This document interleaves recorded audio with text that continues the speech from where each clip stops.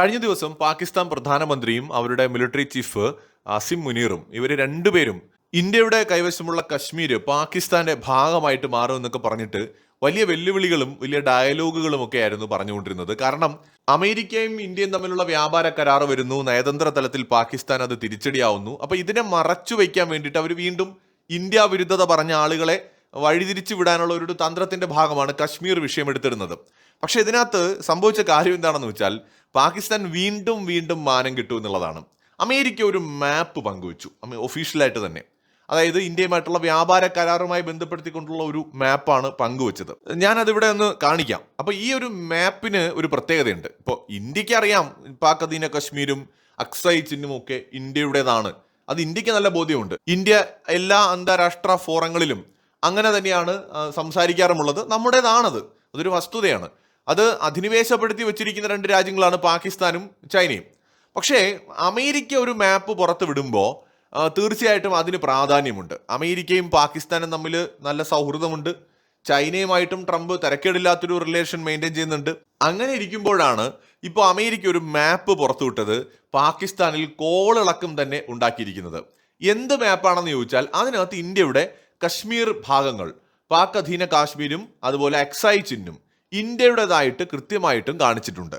അമേരിക്കയുടെ വ്യാപാരവുമായി ബന്ധപ്പെട്ട വകുപ്പിൽ നിന്ന് പുറത്തുവിട്ടൊരു പോസ്റ്റാണത്. അതായത് ഇന്ത്യ അമേരിക്കയിൽ നിന്നുള്ള പ്രോഡക്റ്റുകൾക്ക് താരിഫ് ഒഴിവാക്കുകയോ കുറയ്ക്കുകയോ, എല്ലാ പ്രോഡക്റ്റുകൾക്കും കുറയ്ക്കുകയോ ചെയ്യുമെന്ന് പറഞ്ഞുകൊണ്ടുള്ള ഒരു പോസ്റ്റാണ്. എന്നിട്ട് അമേരിക്കയുടെ ചില പ്രോഡക്റ്റുകൾ ഇന്ത്യയിലെ പ്രദേശങ്ങളിലേക്ക് വരുന്നതായിട്ട് ഇങ്ങനെ കാണിക്കുന്നുണ്ട്. ഇപ്പോൾ US fresh and processed fruit, അല്ലെങ്കിൽ US ഫ്രീ നട്ട്സ്, അല്ലെങ്കിൽ US വൈൻ സ്പിരിറ്റ് എന്നൊക്കെ പറഞ്ഞിട്ട് ഇവരിങ്ങനെ ആരോ മാർക്ക് കൊടുത്തിട്ട് ഒരു പ്രതീകാത്മകമായ വ്യാപാരത്തെ സൂചിപ്പിക്കുന്ന ഒരു മാപ്പാണ് പങ്കുവച്ചിരിക്കുന്നത്.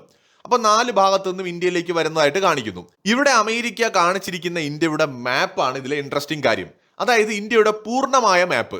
സാധാരണ രീതിയിൽ ഇത്തരം വിഷയങ്ങളിൽ പല രാജ്യങ്ങളും ഇങ്ങനെ മാപ്പ് കാണിക്കുകയാണെങ്കിൽ തന്നെ കാശ്മീരിനെ ഇന്ത്യയുടെയും പാകിസ്ഥാന്റേതുമായിട്ട് കാണിക്കാതെ പ്രത്യേകമായിട്ട് നിർത്താറാണ് പതിവ്. രണ്ട് കൂട്ടർക്കും പ്രശ്നം ഉണ്ടാകണ്ട എന്ന് കരുതിയിട്ട്. അല്ലെങ്കിൽ അവർ POK എന്ന് പ്രത്യേകം അടയാളപ്പെടുത്തിക്കൊണ്ടുള്ള മാപ്പും പുറത്തുവിടാറുണ്ട്. പക്ഷെ ഇവിടെ പൂർണ്ണമായ ഇന്ത്യ ഒഫീഷ്യലായിട്ട് അംഗീകരിച്ചിട്ടുള്ള ഇന്ത്യയുടെ യഥാർത്ഥ മാപ്പ് അമേരിക്ക ഇവിടെ കാണിച്ചിരിക്കുന്നു എന്നതാണ് ഇൻട്രസ്റ്റിംഗ് കാര്യം. ഇപ്പൊ US അംഗീകാരമൊന്നും നമുക്ക് ആവശ്യമില്ല ഇതിന്. പക്ഷെ എങ്കിലും US ഇത് ചെയ്യുമ്പോൾ അതിനകത്ത് വലിയ പ്രാധാന്യമുണ്ട്. കാരണം അമേരിക്കയുടെ ഒരു പ്രധാനപ്പെട്ട വകുപ്പ് പുറത്തിറക്കിയ ഒരു മാപ്പാണ്. ലോകം മുഴുവൻ ഇത് കണ്ടുകൊണ്ടിരിക്കുകയാണ്. ചൈനയും പാകിസ്ഥാനും ഒക്കെ കാണുകയാണ്. അപ്പൊ ചൈന പറയുന്നത് അക്സൈ ചിൻ ചൈനയുടേതാണെന്നാണ്. പാകിസ്ഥാൻ പറയുന്നത് പാക് അധീന കാശ്മീർ പാകിസ്ഥാന്റേതാണെന്നാണ്. ചൈന പറയുന്നത് അരുണാചൽ പ്രദേശ് അവർക്കുള്ളതാണെന്നാണ്. ഇങ്ങനെയൊക്കെ പല ടെറിട്ടോറിയൽ ക്ലെയിംസും നിലനിൽക്കുന്ന സമയത്താണ് ലോകത്തെ ഏറ്റവും പവർഫുൾ ആയിട്ടുള്ള രാജ്യം ഇന്ത്യയുടെ നിലപാടിനൊപ്പം, അല്ലെങ്കിൽ ഇന്ത്യ പറയുന്നതിനോടൊപ്പം നിൽക്കുന്നത്. ഇവിടെ അമേരിക്ക ഇത് മുഴുവൻ ഇന്ത്യയുടേതാണെന്ന് ഒഫീഷ്യൽ സ്റ്റേറ്റ്മെന്റ് ഒന്നും ഇറക്കിയിട്ടില്ല. പക്ഷെ അമേരിക്ക പ്രതീകാത്മകമായിട്ട് കാണിച്ചിരിക്കുന്ന ഇന്ത്യയുടെ മാപ്പ് തന്നെയാണ് അമേരിക്കയുടെ നിലപാടും. ഇത് പാകിസ്ഥാന് വലിയ തിരിച്ചടിയാവുകയാണ്. വീണ്ടും അസിം മുനീറും ഷഹബാസ് ഷെരീഫും ഒരുപാട് ന്യായീകരിച്ച് മെഴുകേണ്ടിയും വിയർക്കേണ്ടിയും വരും. കാരണം പാകിസ്ഥാനികളും ഇതൊക്കെ കാണുന്നുണ്ടല്ലോ. അപ്പൊ അവരെന്തായാലും ചോദിക്കും, നിങ്ങൾ ഈ മറ്റേ റെയർ എർത്ത് മിനറൽസ് ഒക്കെ പെട്ടിയിൽ വെച്ചുകൊണ്ട് പോയിട്ടൊന്നും നടക്കുന്നില്ലല്ലോ എന്ന് ഈ അസിം മുനീറിനോടും ഷഹബാസ് ഷെരീഫിനോടും അവിടെയുള്ള വിവരമുള്ള മനുഷ്യർ പാകിസ്ഥാനികൾ ചോദിക്കാതിരിക്കില്ല. കാരണം അമ്മാതിരി തള്ളാണ് കഴിഞ്ഞ കുറെ നാളുകളായിട്ട് ഇവർ തള്ളിയത്. ശരിക്കും എന്താണ് സംഭവിച്ചതെന്ന് ലോകത്ത് എല്ലാവർക്കും അറിയാം. ഈ സത്യം കൺമുന്നിൽ ഉണ്ടായിട്ടും അംഗീകരിക്കാൻ മടിയില്ലാത്തവർക്ക് എന്തും പറയാം. ഇപ്പൊ പാകിസ്ഥാനികളുടെ കാഴ്ചപ്പാടിൽ പലരും പറയുന്നത് ഇന്ത്യയുടെ 10 റഫേൽ വിമാനങ്ങളെ അങ്ങ് വെടിവെച്ചിട്ടിട്ട് അങ്ങ് ഞെളിഞ്ഞിരിക്കുന്നു എന്നാണ്. സാമാന്യ ബുദ്ധിയും ബോധമുള്ള എല്ലാവർക്കും മനസ്സിലാവും ഇന്ത്യയും പാകിസ്ഥാനും തമ്മിലുള്ള അന്തരം എത്രയാണെന്നുള്ളത്. ഇന്ത്യയും പാകിസ്ഥാനും സൈനിക ശക്തിയിൽ ഏതാണ്ട് തുല്യമായിരുന്ന കാലഘട്ടമുണ്ട് ചരിത്രത്തിൽ. ആ കാലത്ത് നടന്നിട്ടുള്ള യുദ്ധങ്ങളിൽ പോലും എന്തിന് ഇന്ത്യയെക്കാൾ കൂടുതൽ വെസ്റ്റേൺ സപ്പോർട്ടും ആയുധങ്ങളും ടെക്നോളജിയും പാകിസ്ഥാൻ ഉണ്ടായിരുന്ന കാലത്ത് നടന്ന യുദ്ധങ്ങളിൽ പോലും പാകിസ്ഥാൻ ഇന്ത്യയുടെ മേൽ വിജയം കാണാൻ കഴിഞ്ഞിട്ടില്ല. സകല യുദ്ധങ്ങളിലും വിജയം ഇന്ത്യയുടേതായിരുന്നു. ഇന്ന് പക്ഷേ ഇന്ത്യ പണ്ടത്തേതൊന്നും പോലെയല്ല. ചൈനയോട് കിടപിടിക്കുന്ന സൈനിക ശക്തിയുള്ള ലോകത്തിലെ ഏറ്റവും പവർഫുൾ ആയിട്ടുള്ള രാജ്യങ്ങളിൽ ഒന്നാണ് ഇന്ത്യ. ഇന്ന് ലോകത്തെ 4ാമത്തെ സൈനിക ശക്തിയാണ്. ടെക്നോളജി രംഗത്തടക്കം വളരെ പവർഫുൾ ആയിട്ട് നിൽക്കുന്ന ഒരു രാജ്യം. ആ ഇന്ത്യയുമായിട്ടുള്ള ഒരു മത്സരത്തിൽ അല്ലെങ്കിൽ ഒരു യുദ്ധത്തിൽ പാകിസ്ഥാൻ ഇന്ത്യയെക്കാൾ മെച്ചപ്പെട്ട പ്രകടനം കാഴ്ചവെച്ചു എന്ന് പറഞ്ഞു കഴിഞ്ഞാൽ പാകിസ്ഥാനിലെ വിദ്യാഭ്യാസമുള്ള പിള്ളേർ പോലും വിശ്വസിക്കില്ല. ഇതാണ് വസ്തുത. പക്ഷെ പാകിസ്ഥാൻ തള്ളി മറിച്ചുകൊണ്ടേയിരുന്നു. അമേരിക്കയുടെ കാലിൽ വീണ് ഇന്ത്യയിൽ നിന്ന് രക്ഷിക്കണം, ഞങ്ങൾ എന്ത് വേണമെങ്കിലും പകരം തരാം, റെയർ എർത്ത് മിനറൽസ് വേണോ തരാം, ഞങ്ങളുടെ രാജ്യത്തുള്ള എണ്ണ നിക്ഷേപം വേണോ തരാം, അമേരിക്കൻ കമ്പനികൾക്ക് എന്ത് വേണോ സൗകര്യം ചെയ്തു കൊടുക്കാം, ട്രംപിന്റെ മകന്റെ ബിസിനസ്സിൽ വേണമെങ്കിൽ ഇൻവെസ്റ്റ് ചെയ്യാം, അങ്ങനെയൊക്കെ പറഞ്ഞ് അമേരിക്കയുടെ കയ്യെ കാലെ പിടിച്ച് ട്രംപിനെ കൂടെ നിർത്താൻ ഒരു ശ്രമം പാകിസ്ഥാൻ നടത്തി എന്നുള്ളത് ശരിയാണ്. അത് താൽക്കാലികമാണ്. കാരണം ഇന്ത്യയെ പോലത്തെ ഒരു രാജ്യത്തെ പിണക്കിക്കൊണ്ട് യുണൈറ്റഡ് സ്റ്റേറ്റ്സ് ഓഫ് അമേരിക്കയ്ക്ക് മുന്നോട്ട് പോകാൻ പറ്റില്ല. ഇപ്പൊ പാകിസ്ഥാനും ബംഗ്ലാദേശിനും ഒക്കെ ചിലപ്പോൾ പറ്റും. കാരണം അവർക്കൊന്നും ഒരു ഫ്യൂച്ചർ ഇല്ല. കാരണം വർഗീയത തലയ്ക്ക് പിടിച്ചു പോയി. അതുപോലെ തന്നെ ഇന്ത്യയോടുള്ള ശത്രുത, അതിന് ചരിത്ര പശ്ചാത്തലമുണ്ട്. അപ്പൊ അങ്ങനെ അന്ധമായ വിരോധവും അല്ലെങ്കിൽ പകയും കാരണം സ്വയം എരിഞ്ഞമരുന്ന ഒരു ഫ്യൂച്ചറും ഇല്ലാത്ത പാകിസ്ഥാനും ബംഗ്ലാദേശും പോലെ അല്ല അമേരിക്കയും ചൈനയും ഒക്കെ പോലെയുള്ള രാജ്യങ്ങൾ. എന്തുകൊണ്ടാണ് ചൈന ഇന്ത്യയുമായിട്ട് ഒരു ശത്രുത നിലനിർത്താൻ ആഗ്രഹിക്കാത്തത്? എന്തുകൊണ്ടാണ് ചൈന ഇന്ത്യയുമായിട്ട് സഹകരിക്കാൻ ശ്രമിക്കുന്നത്? ഓപ്പറേഷൻ സിന്ദൂർ നടന്ന സമയത്ത് ആരും ശ്രദ്ധിക്കാതെ പോയൊരു കാര്യമാണ്. വേണമെങ്കിൽ ചൈനയ്ക്ക് പാകിസ്ഥാന്റെ കൂടെ നിന്ന് ഇന്ത്യക്കെതിരെ ആക്രമണം നടത്താമായിരുന്നല്ലോ, അരുണാചൽ പ്രദേശിലോ ലഡാക്കിലോ ഒക്കെ.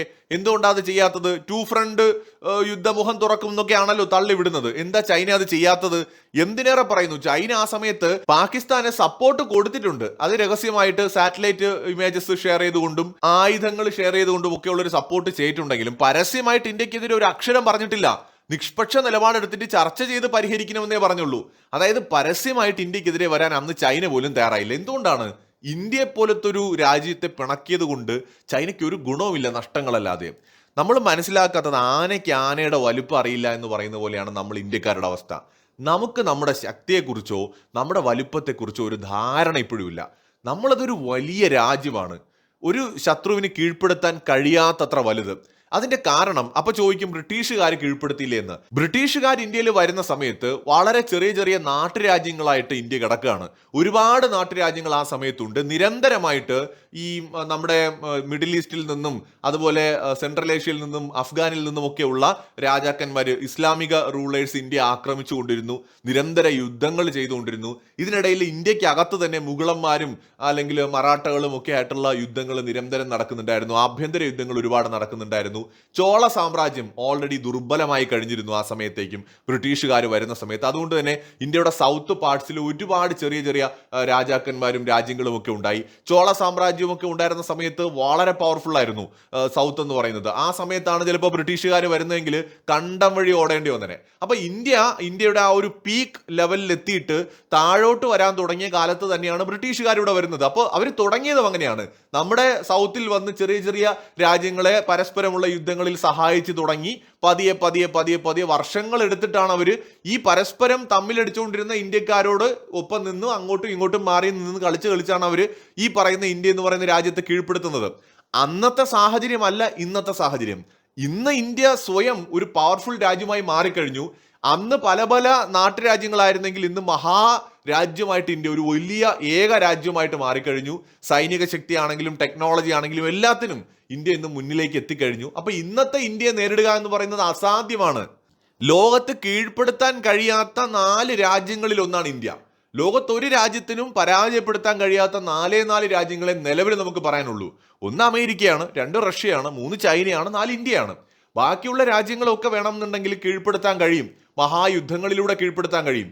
പക്ഷെ ഇന്ത്യയും ചൈനയും അമേരിക്കയും ഒക്കെ കീഴ്പ്പെടുത്തുക എന്ന് പറയുന്നത് എളുപ്പമല്ല. വലിപ്പം കൊണ്ട് രാജ്യം വളരെ വലുതാണ്, വിസ്തൃതി കൊണ്ട് വലുതാണ്, പോപ്പുലേഷൻ കൊണ്ട് വലുതാണ്. അപ്പൊ അതുകൊണ്ട് അസാധ്യമാണ്. അപ്പൊ അതുകൊണ്ട് ഇന്ത്യ പോലത്തെ ഒരു രാജ്യത്തെ പിണക്കാൻ ചൈന പോലും ആഗ്രഹിക്കില്ല, അമേരിക്ക ഒട്ടുമേ ആഗ്രഹിക്കില്ല. ഇന്ത്യ സ്വയം വളർന്നുകൊണ്ടിരിക്കുന്ന ഒരു ശക്തി മാത്രമല്ല, ഒരു വിപണി മാത്രമല്ല, ഇന്ത്യ ഭാവിയാണ്. അമേരിക്കയും ചൈനയും വർത്തമാനവും ഇന്ത്യ ഭാവിയുമാണ്.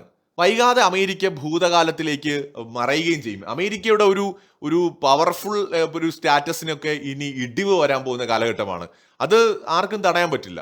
സോ പിന്നെ ഉള്ളത് ചൈനയായിരിക്കും. ചൈന കുറെ കാലം ലോകത്ത് ഏറ്റവും വലിയ ശക്തിയായിട്ട് നിലനിൽക്കും. കുറഞ്ഞത് ഈ നൂറ്റാണ്ടിന്റെ ഒരു പകുതിയിലധികമെങ്കിലും ചൈന, ഒരു 70 വരെയെങ്കിലും, 2070-80 വരെയെങ്കിലും ഒക്കെ ചൈനയുടെ ഒരു മേധാവിത്വം നമുക്ക് ഈ നൂറ്റാണ്ടിൽ കാണാൻ പറ്റും. ഈ കാലഘട്ടത്തിൽ ഇന്ത്യയുടെ അവിസ്മരണീയമായ ഉയർത്തെഴുന്നേൽപ്പിനും വളർച്ചയ്ക്കും ലോകം സാക്ഷിയാകും. ഈ നൂറ്റാണ്ടിന്റെ അവസാനത്തോടെ ചൈനയെ പോലും മറികടന്ന് ലോകത്തെ ഏറ്റവും വലിയ ഒരു ശക്തിയായിട്ട് ഇന്ത്യ നിലനിൽക്കാൻ പോകുന്നു എന്നുള്ളത് ഉറപ്പായും സംഭവിക്കുന്ന കാര്യമാണ്. അപ്പൊ ഇത് ലോക രാജ്യങ്ങൾക്ക് അറിയാം. ഇന്ത്യയുടെ വളർച്ചയെ തടയാനായിട്ട് അവർ പല കളികളും കളിക്കുന്നുണ്ട്. അതിനകത്ത് പല കളികളുമുണ്ട്. ഇപ്പൊ ക്രയോജനിക് എഞ്ചിൻ സാങ്കേതിക വിദ്യ ഇന്ത്യ വികസിപ്പിക്കാതിരിക്കാൻ വേണ്ടി എന്തെല്ലാം കളികൾ വിദേശ ശക്തികൾ കളിച്ചു. അത് കാരണം 10 വർഷമെങ്കിലും വൈകിയാണ് നമുക്ക് ആ ടെക്നോളജി ഡെവലപ്പ് ചെയ്യാൻ കഴിഞ്ഞത്. നമ്മൾ സ്വന്തമായിട്ട് ജെറ്റ് എഞ്ചിൻ നിർമ്മിക്കാതിരിക്കാൻ എന്തെല്ലാം കളികൾ വിദേശ ശക്തികൾ കളിച്ചു, ടെക്നോളജി കിട്ടാതിരിക്കാൻ അടക്കം.